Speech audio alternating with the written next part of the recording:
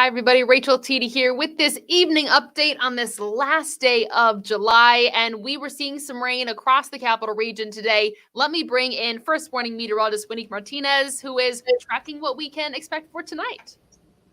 Yes, thank you, Rachel. We're taking a live look first at Bennington because I want to show this contrast. Earlier today, we had those showers and storms move through the area, but now it's beautiful, still cloudy and in the 60s in Bennington on our CDPHP first warning cam. So we can see those clearing conditions into the overnight hours, and those showers will pass overnight, and we can expect mostly dry conditions as we progress throughout the night. So tomorrow, for the first day of August, we're looking at a dry start with clear skies, and we may have those patchy areas of fog develop overnight.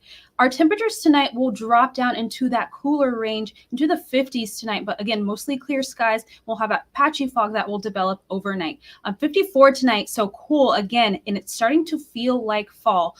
For the first day of August tomorrow, we will be in the upper 70s, mostly sunny. It will be a pleasant and mild day. Now look at the 7-day planner shows that we will stay in the 70s till about Thursday. Thursday, we also have that next chance of spotty showers into the forecast. Will be more seasonable by the weekend. All right. It was incredible. Yesterday felt almost like fall. I was driving around and it was so brisk and not humid at all.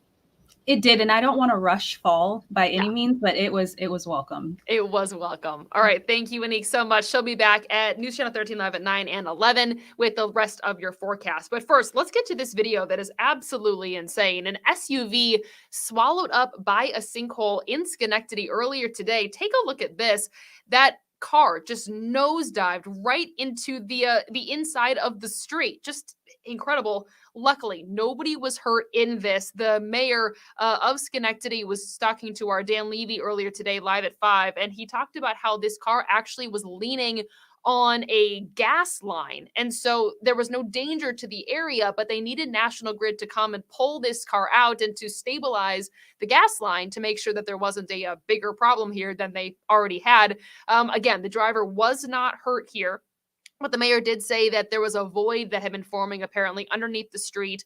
And he thinks the rain, all the rain that the area saw relatively recently probably made it worse, which then when this vehicle drove on the street, it then opened up and down it went. So they pulled that vehicle out of the road at about 6 o'clock or so, 6:30-ish, right in that window. And at 6:30, we saw them starting to dig out all of the asphalt from the bottom of that hole.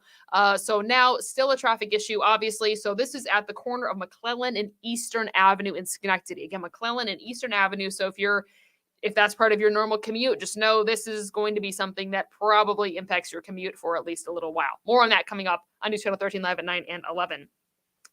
But we have other stories here. This next story is disturbing news in the Albany City School District. This is relating to two people here. A middle school guidance counselor has been placed on administrative leave after state police say she and her boyfriend were taking inappropriate pictures of a child and sharing them online.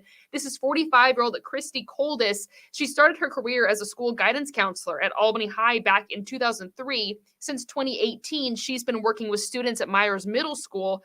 This is her boyfriend, Joshua White, 46 years old, and police say he's involved in local youth sports, including baseball and basketball.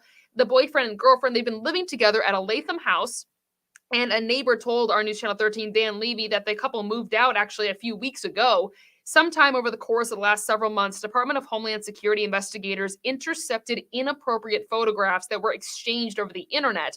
They turned that information into state police, and they have now charged Christy Coldis and Joshua White with unlawful surveillance, which is a felony, along with endangering the welfare of a child and obstructing governmental administration. Both of those are misdemeanors. The photos, according to police, were of a child in a compromising position without that child's knowledge. They were not taken on school property, nor were they taken at any athletic venue. In a statement from the Albany School District, they say that they're aware of the allegations. They are fully cooperating with police, and they're also investigating their own internal investigation. Coldis has been placed on administrative leave throughout the entirety of this. So more to come from that story, I am sure.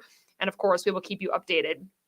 Finally, tonight, A man is dead, and the Troy Fire Department pulled his body from the Hudson River. That was this afternoon. Our team was on the scene of this as it drew some people wondering what was going on. This was just after 11 a.m. today when they were called to the scene. Police say a man in his 50s was out there with his family, and that's when he jumped in, and he did not come up. This is the third person found dead in the Hudson and recovered in Troy since July started.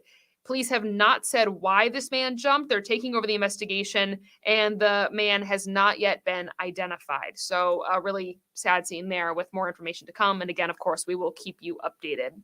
So tonight we are tracking your forecast. We are also following the sinkhole in Schenectady after it swallows that SUV. What that means for your commute, how long that might be around. We're digging into all of that.